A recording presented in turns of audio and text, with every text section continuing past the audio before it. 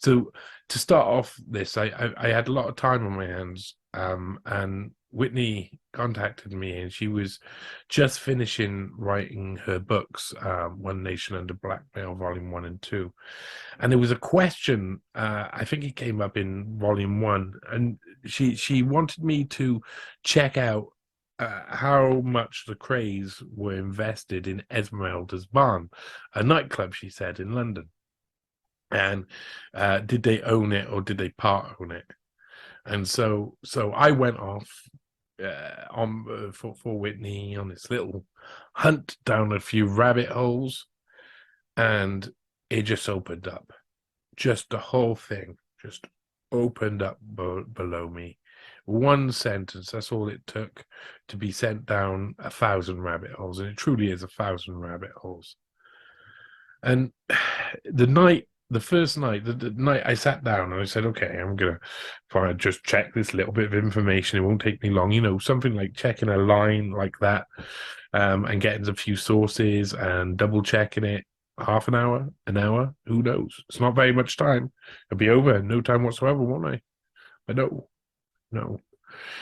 Instead, I was like, it got me thinking, Esmeralda's Barn, why did the Krays go into Esmeralda's Barn? Esmeralda's Barn was in the West End. The Krays were East End gangsters. So obviously it was a move uphill, but that means lots. During Cold War Britain, it means more than just moving from a rubbish area of London with lots of crime, lots of vice, lots of gangs and stuff, and moving into the big area. You're moving into the area of Cold War London, where all of the people in the know are doing their drops in secret in back rooms of nightclubs.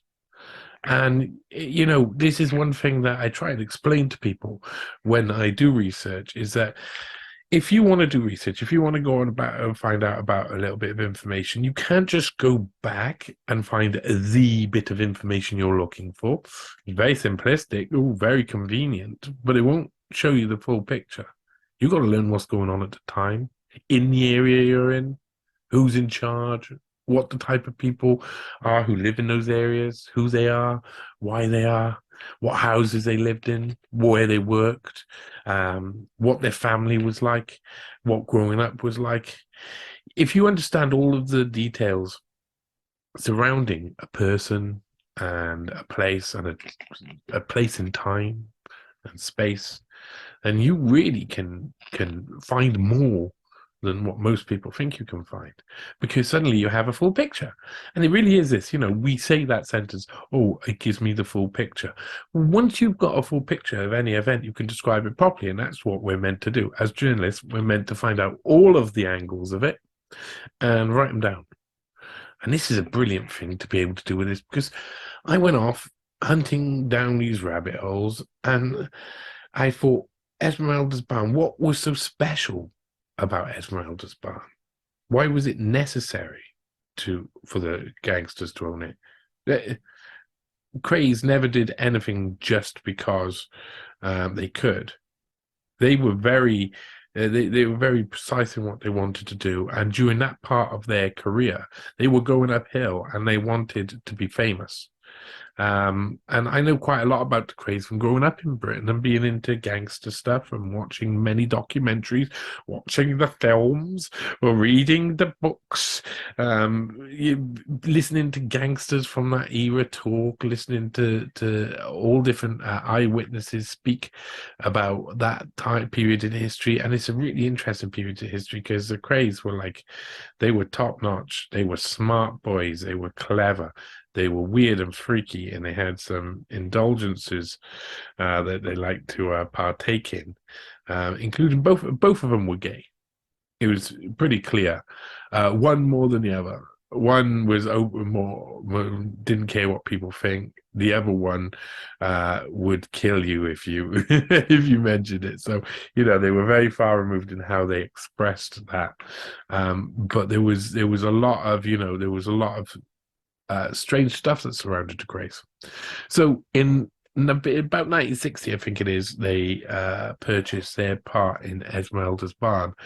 And I discovered, well, okay, they've bought into it. Apparently, it's through a gangster called Billy Hill, who uh, is a part owner of that. And then I thought, okay, I'll go back and I'll see a little bit more about Esmeralda's barn. So I went back to the start, to the first time that Esmeralda's barn is mentioned. There's not many times in history where, a place is called Esmeralda's barn. You type it in on an archive, newspaper archive, on a search engine, you'll find something and you'll start to go back to the beginning. And I went back to the beginning, and then I went back to before the beginning because I discovered this really interesting woman, and I followed her life a little bit, and it was like something was calling out to me the whole time. It was like something was calling out to me. This has been a pride of passion, as they say. This has been something where I went to bed the night that I researched that line, and I had looked around at Esmeralda's barn. I'd learned a few things, and it was about 3 o'clock in the morning by the time I finished. And for me, when I'm alone, when I haven't got kids and stuff, that's the perfect time for me to sleep. I like it. I worked nights for years. But I laid down, put my head on the pillow, and it was like I had a voice running through my head, constantly going on at me. No, there's something else. What are you doing? Stop. And I couldn't stop thinking. So I was like, after about 45 minutes in bed, I was like, oh my God, okay, stop praying. I'll go and I'll have a quick look, see if I can find anything interesting. And interesting stuff I did find. Because I discovered Esmeralda Noel Smith died. Esmeralda Gulan, the person who created Esmeralda's barn, the person who ever written the first article in the Black Hand series on, that she died, and something didn't ring right. When I looked at all of the evidence, something didn't taste right about it. And so I went, okay, let's have a little bit more of a look. Let's go a bit deeper. And I went further and further. Then I discovered that within 2 year period, loads of nightclub girls had died. Hostesses, managers, owners, they died. So it was like where Ruth Ellis had died, had been hanged. A month later, Esmeralda Noel Smith is found dead in her flat, or found dying in a flat. Sorry. And then a year later, you've got Pamela Gale dies, and Linda Justice, who had worked alongside Ellis, had been Ruth Ellis's protege to many respects, employed when she was just 17 years old by Ruth Ellis to work in the little club. And she died, and Janet Curtis Bennett died, and there was always a string of deaths of nightclub girls, unlucky girls who had entered into a world in London that was in flux. You see, there wasn't many places for spies and intelligence services to drop information. They did it over dinner. They did it in darkened rooms. They did it in nightclubs. All of the espionage that was going on at the time, well, these were people who were rich, who were wealthy, who wanted something out of life.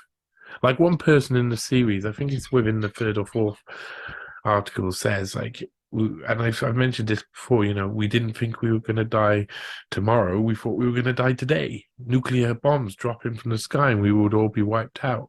And they were living with that sort of fear. So they were living their life to the fullest. And in doing so, lots of stuff happens.